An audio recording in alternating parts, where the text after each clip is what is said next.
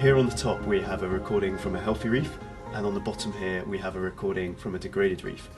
And you can see on this healthy reef we've got these sounds that come up every now and then. That's croaking from a fish we often hear on these healthy sites, whereas on the degraded reef this is missing.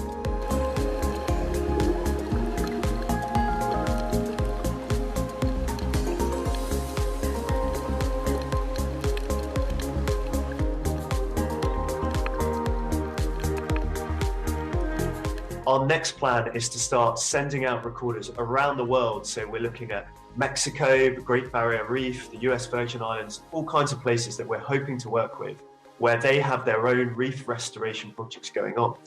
And we'll send them these sound recorders and start collecting data from reefs they have nearby that are healthy and degraded. And then we'll use this to compare that to their restored sites.